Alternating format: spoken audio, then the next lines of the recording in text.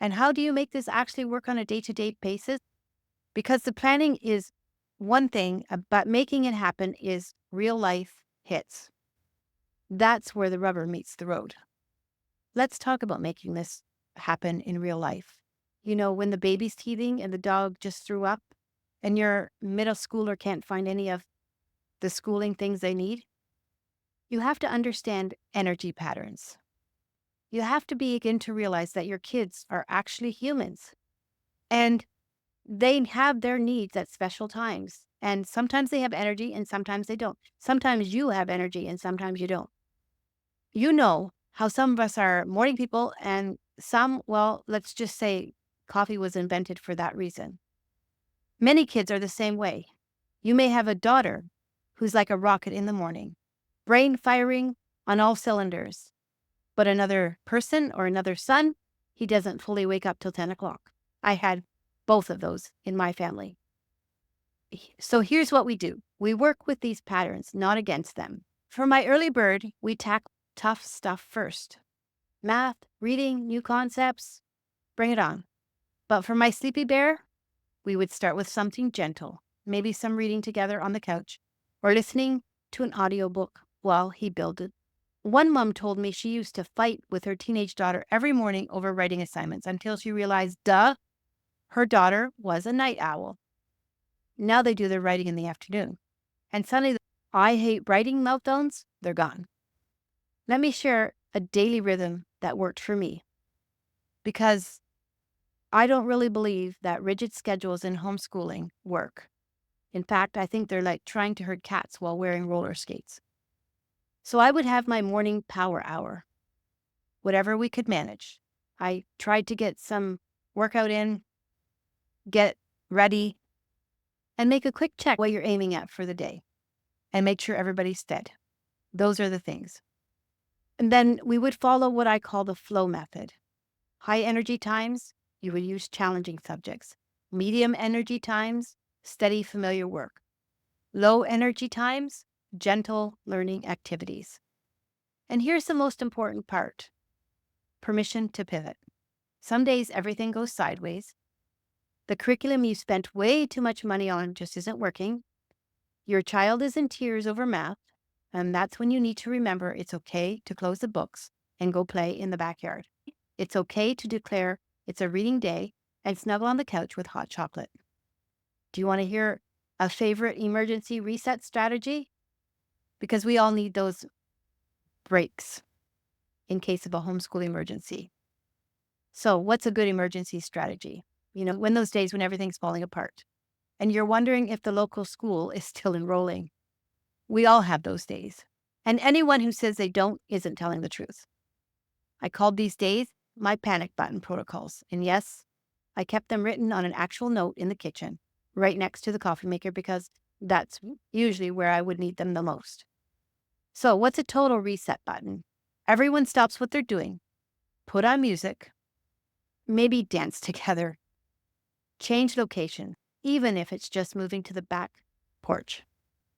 I remember one time when we were having that kind of a morning, math was a disaster. Everyone was upset, me included. And then I remembered, hit the reset button. We ended up doing school in a treehouse, and somehow magically, that same math problem that was impossible inside was totally doable outside. What do you do when everything's going wrong? I would suggest audiobooks, and they can count as school. A stack of games that are secretly educational, art supplies for project times, scavenger hunt lists, the science kit you've been saving for a special occasion, because today's the day. And here's the most important part: the permission slip. You could actually even write it out. I, your mom, give us permission to ditch the plan and do what works today. Because sometimes the bravest thing we can do is admit that today's plan is just not happening. Some of my favorite save the day activities were educational escape hatches. These are the things that make your kids think they're getting away with something while you secretly know they're still learning. So, the kitchen classroom rescue. So, baking, it's fractions, it's chemistries, and it's cookies. Making soup, reading recipes and measuring. Creating a restaurant could be math, writing menus, making change. One mom told me my kid who hated fractions figured out how to double a recipe faster than I could. There's another reset you could do. It's called get out of the house reset. So you could go for a nature walk with a field guide, and that's science. Park meetups with friends. That's good socialization. Library emergency runs can be a lot about literature. Grocery math store games are life skills.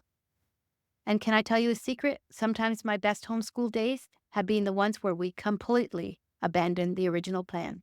Like the time we spent 2 hours watching birds build a nest outside our window. That turned into a week-long project about birds, architecture, and habitat. Way better than the worksheet that I had planned. We have to remember that we need connection before content. And it's a rule. When everything's going wrong, stop and connect first. Maybe that means reading together under a blanket fort, having hot chocolate while they tell you about their latest Minecraft creation, going for a walk and listening to them talk, playing one round of their favorite game. Last month, one mother's daughter was having the worst time writing her writing assignment. Nothing was working, and they were both frustrated. Then she remembered, connect first. We took a break, sat on the porch swing, and I just asked her to tell me the story she wanted to write. No pressure, no pencils, just talking. You could write it down for her, and then she could realize that she could actually tell the story and go on to maybe writing the story next time. Or maybe telling the story to you would give her inspiration to write it down. These are things that can really help. Want to hear how to wrap up those rough days in a way that doesn't leave you feeling guilty? Because that's the other piece of this puzzle, taking care of mama's heart. Let's talk about ending those tough days, because how we end them is just as important on how we handle them. And yes, this includes dealing with that mom guilt that loves to creep in at around bedtime. So let's have a sunset reset. Even those days when I felt like I totally bombed at this whole homeschool thing, I would do these. At dinner or bedtime, everyone shares 3 good things from the day. They can be tiny things, even like we had mac and cheese, and mom has to play too. Some days, I'll be honest, when I was sitting there thinking good things, everything went wrong. But then my youngest would pipe up with, "Mom laughed," when she spilled the cup of coffee. Or we saw a cool bug. And suddenly I realized that maybe the day wasn't a total crash after all. And then in the evening, you can make a peace plan. So maybe 15 minutes of tidy up. Set a timer. When it rings, you're done. Lay out some things for tomorrow, maybe your books, or maybe just one thing, whatever you can do.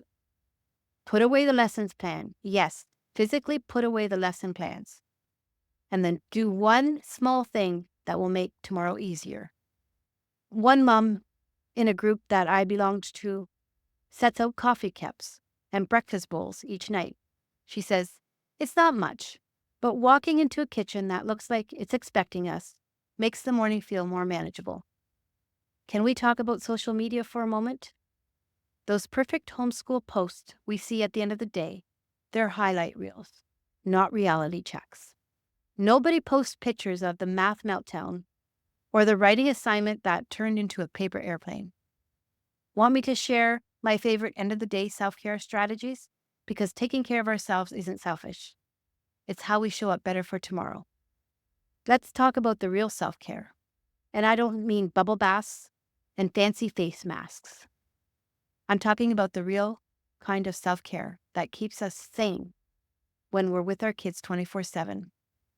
I have a mama maintenance plan because we need maintenance too. There's the evening power downs. Make sure you set a time that's cut off for homeschool talk. I always want it to be done by 7, if at the worst, 8 p.m. at night.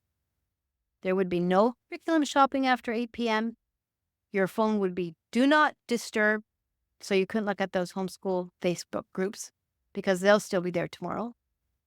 But do you want to know what my biggest self-care breakthrough was? Learning to say, I need a minute. Right in the middle of the day, when everyone's asking questions and the dog's barking and I can feel my blood pressure rising, I'd say, Mama needs a minute. So you can go into the bathroom for a quick hideout. Sometimes I would arrive early at activities so I could just sit in silence. The mom's having coffee on the porch signal means don't interrupt me unless there's blood. The headphone tricks works also. Sometimes I wouldn't even be listening to anything. It just reduced the noise. One mom told me that she has her special mom's thinking chair in her kitchen. Her kids know that when she's in that chair, they have to write down their questions instead of asking rapid fire. She says she gets about 5 minutes of peace before someone has an emergency, like running out of grape jelly. Wake up 15 minutes before the kids, even if it's just to drink a cup of coffee and do a short meditation.